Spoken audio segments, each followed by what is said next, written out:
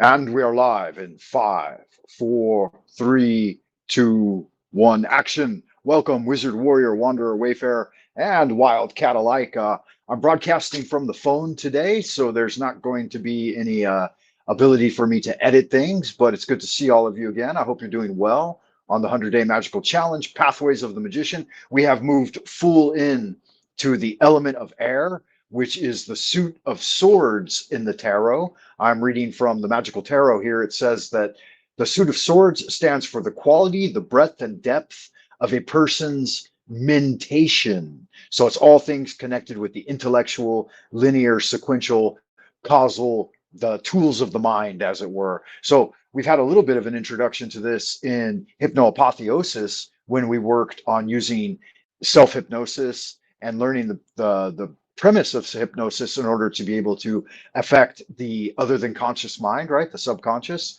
And so in this section, we can be doing a little more of that.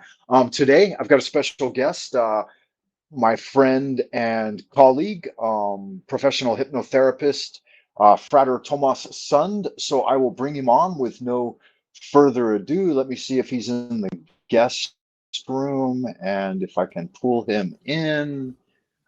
Did that work? Thomas, are you there? Yeah. Hey, Freighter Francis, how are you today? I'm doing well. Thank you for asking, sir. How about yourself? Doing very, very well. Yeah, we are in the swords, the air, the intellect. So that's a very, very interesting aspect. I feel we've come from the earth, which was all about getting greater order in things. And I've created a meditation, which will be up on my YouTube channel very soon. And maybe you'll link to that as well. In fact, I'm creating guided meditations for all of these different elements, including spirit. But spirit, I'll wait and publish a little bit later, so that as everyone who's part of this challenge wants to take maybe 20 minutes and sort of center yourself and listen to my soothing voice, I suppose, and get a little bit of guidance into the element, then that's going to be up on my channel very soon, free of charge, of course. And then Okay. I'll put a little bit of extra information on Buy Me a Coffee, just like you're doing as well. So, I take a leaf from your book there. Yeah, awesome. That'll help out a lot. And I want to remind people too to make sure to check us out on Lunar Light Entertainment to join the Discord. We keep the conversation going over Mm. there. Recently, you guys know that my laptop had trouble mounting my startup disk, so I'm not able to use my laptop right now, which prevents me from using the Discord. But hopefully, I'm going to get it fixed this weekend, and if not, I'm going to be getting myself a new laptop. So I will be back in the Discords with you guys. Um, the other thing is, yes, definitely check out the Buy Me a Coffee. We're putting material up there that is going to Mm. help people in better understanding the tarot. I know you developed a PDF with a full tarot guide in it, and you put a lot of work into that. Yep. So that's available on Yeah. your Buy Me a Coffee. And I have the address here. Let me find it. That's the Okay. one. Yeah. The I think this genius is one. Yeah, correct. It's exactly. yeah, right. Buy me a coffee forward slash Thank you. Yeah. GENIYOUS. Yes. So definitely, Yes. I recommend people to go out there and check that out. And we just finished up the elemental grade of Earth, where we begin our Mm. journey at 00 neophyte, and now Mm. we'll be going into the air. So that'll be fun. Mm. So how is Mm. your practice going? What have you been up to? I've been working through the minor arcana of the swords, and I've been doing one a day. I've been doing my tarot contemplations, dream journaling, and magical manifestations of things in addition to my ritual work. But we should be on for me, it will be day 16, 17, 18, 19. So I'm on like day 19, and it's the Four of Swords, which is entitled The Lord of Rest from Strife. Now, in That's right. studying the minor arcana as we go through the first four elemental grades of the magical path, it doesn't mean that you should necessarily associate or affect with those energies. It just means that you should contemplate them and better understand them when you later use tarot for your own path working and stuff. But yeah, how has your practice been going? What have you been up to?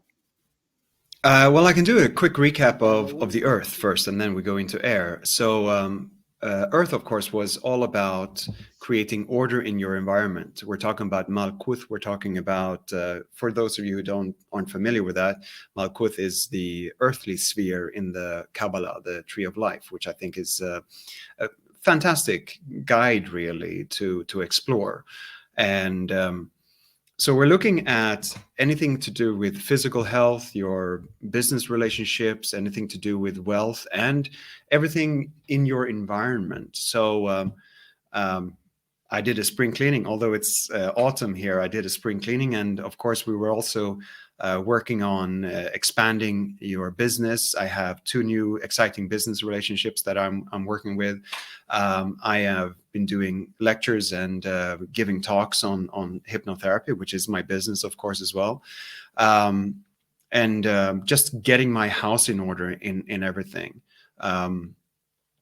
As part of daily rituals, you may agree with this, that doing something like the Kabbalistic cross, the LBRP, the lesser banishing ritual of the pentagram, those are standard for starting anything, having a sort of a temple space, or at least an altar space where you can do some of this.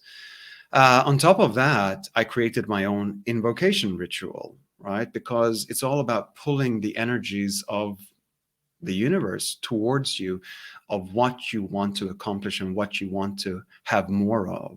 So it's a ritual, in the truer sense of the word. And a ritual that you create yourself, I think, is much more powerful than something you read from a book. So be inspired by what you've been studying here, make it your own, and then go with it. And feel free to adjust it as you go along, just like with the RHJ's famous book, It Works. Make a list of the things that you want to have in your life and read that list daily. Make adjustments to it. Take things away if you don't think that they are as powerful or as useful, or add new things to it. But it's about having in your mind an image of where you want to be in your life and what you want to pull into your life and what you want to manifest. So that is what it is to have this pathway of step by step creating these habits of being perhaps a force for your own good in the world, right? Of not being passive and reactive, but rather active and proactive in what you want to accomplish. So Earth focused on the environment, your relationships, your health, your everything that is tangible. And now we're moving into air. And air is the intellectual exercise.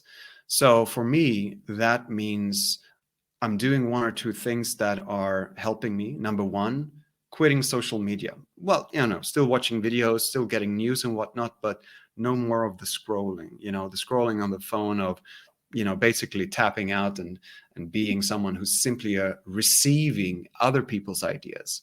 This is the time of perhaps building a little bit of wall between you and other people's ideas so that you can work fully on your own and manifesting the ideas that you have. So for me, that means that I'm working on a novel. I'm writing a novel, right? Who isn't? But I'm writing a novel, which I've been working on for a while. And now this is a dedicated time for me to do something that I love and that I'm really, really passionate about. So that's where I am right now. Yeah, that was Okay. a little bit of Did I yeah, no problem. Did you lose me in the transmission there for a moment? yeah, for about 4 or I 5 think it seconds. bumped me out. I think. Okay, I Anyway, do so appear that to was be a little back bit of a now. recap. Yeah. And Yeah, I yeah, agree you're with you. back. You're back. Yeah, sure. And I'm good. I wanted to comment a little bit too about building ritual work for yourself as well. I agree with that Yeah. 100%. I totally endorse it. Um, I have taken and reworked the LBRP for a grander invocation ceremony as well, and I've added elements Mm, from the Chinese esoteric tradition as well, and I use it as a full ceremony, and then I integrate those aspects of the elemental grades and items that I'll arrange them on my altar depending on what Mm, type of ritual work I've been doing. And mm. recently, I've been getting back into Israel. Regardi did a whole series of various invocations to various gods in the Egyptian pantheon. So you can look it Yeah. up. They're here on YouTube. You can find them and listen to them. But they set the groundwork for really powerful apotheosis type of magic that you can do on your own. Mm. And some of the language in it, I really like it a lot, and so I use it in some of my own ritual work. But not all of it serves me directly. Some of the gods I'm unfamiliar with. Some of the barbarous names don't mean much to me, and so I do take out some things and put in some things of my own. But there's an invocation of Tahuti or Thoth, invocation to the god of magic. So that's a good one for